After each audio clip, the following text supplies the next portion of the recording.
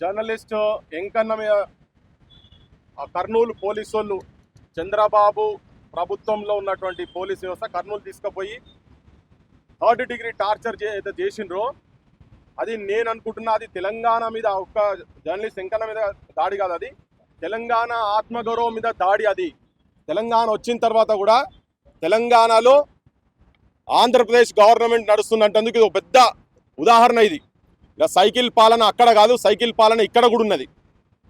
రేవంత్ రెడ్డి ముఖ్యమంత్రి ఉన్నప్పుడు వెంకట్రామ్ రెడ్డికి హైదరాబాద్ నుంచి ఇక్కడికి వెళ్ళి పట్టుకపోయి అక్కడ చంద్రబాబు నాయుడు గవర్నమెంట్లో 3rd డిగ్రీ టార్చరు, ఇటుపక్క 3 పోలీసు వాళ్ళు అటుపక్క 3 పోలీసు వాళ్ళు కాళ్ళ మీద కూర్చొని తొక్కుడు, నానా బూతులు మాట్లాడి అమ్మా నా బూతులు మాట్లాడు రేవంత్ రెడ్డి పాలన. అందుకే చెప్పిన రజాకార్ రేవంత్ నాయుడు, ఈయన రేవంత్ రెడ్డి కాదు రేవంత్ నాయుడు అని. అంటే నీ సామాజిక వర్గానికి సంబంధించినటువంటి ఒక జర్నలిస్టుకు, నీ జిల్లా కొల్లాపూర్కు సంబంధించిన ఒక జర్నలిస్టుకు పాలమూరు బిడ్డ, నేను పాలమూరు పేద మొగోన్ని నల్లమల పులి బిడ్డ అంటున్నావు కదా, ఇగో చూడు అదే నల్లమల కాడ పుట్టినటువంటి ఈ బిడ్డను నీ గురువు అంటావో నువ్వేమంటావో, నువ్వు ఎవరికైతే చెంచాగిరి చేస్తున్నావో, ఎవరిని బూట్లయితే నువ్వు ఆంధ్రప్రదేశ్ రాష్ట్రం ఉన్నప్పుడు మోసినావో, ఇప్పుడు తెలంగాణ రాష్ట్ర ముఖ్యమంత్రి అయిన తర్వాత కూడా ఇంకా అతని బూట్లు ఆ సాక్షుల వాసన చూసుకుంటూనే ఉన్నట్టున్నావు నువ్వు. ఇగో ఈ జర్నలిస్ట్ని తీసుకొని అక్కడి దాకా తీసుకుపోయి దేనికి, ఏదో అభ్యంతరకరమైన మాటలు మాట్లాడిండు అని.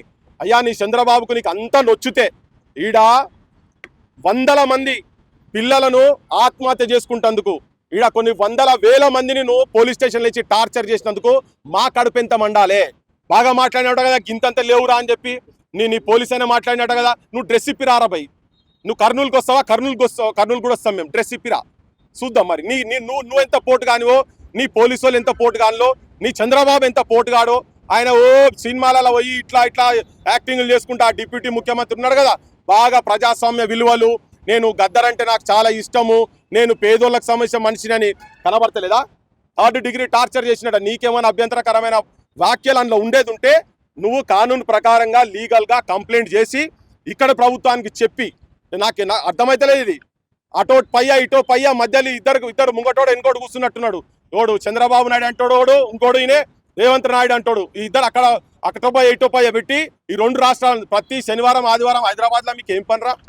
చంద్రబాబు నాయుడు కావచ్చు, ఈయన డిప్యూటీ సీఎం ఆయన కావచ్చు, మీ ఇద్దరికి హైదరాబాద్లో ఏం పని? అసలు హైదరాబాద్లో ఏం పెట్టుకున్నారు మీరు? ఈడొచ్చి మా పోలీసు వాళ్ళు మీకెందుకు ఉండాలి?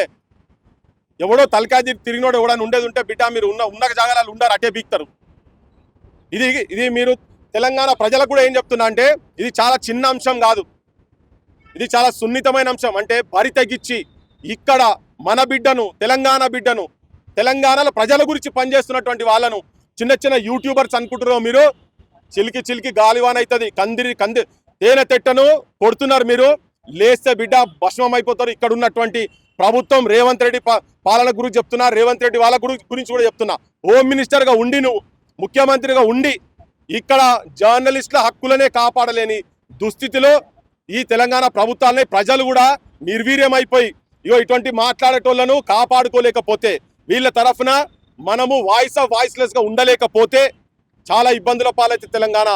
ఇప్పటికే గుట్టా పక్కన శవం చూసి గుర్తుపట్టుట కష్టమాయే, కాలు మీద పుట్టుమచ్చలు తెలంగాణ పల్లెలోన కన్న బిడ్డల గుర్తులు చూపే అని చెప్పని సాహిత్యం ఇటువంటి దుర్మార్గులు, కిరాతకుడు, నీచుడు, నికృష్టుడు చంద్రబాబు నాయుడు, ఆయన తాబేదారు అనేటువంటి రేవంత్ రెడ్డి అటువంటి వాళ్ళు ఉన్నప్పుడు ఈ సాహిత్యాలు పుట్టినాయి.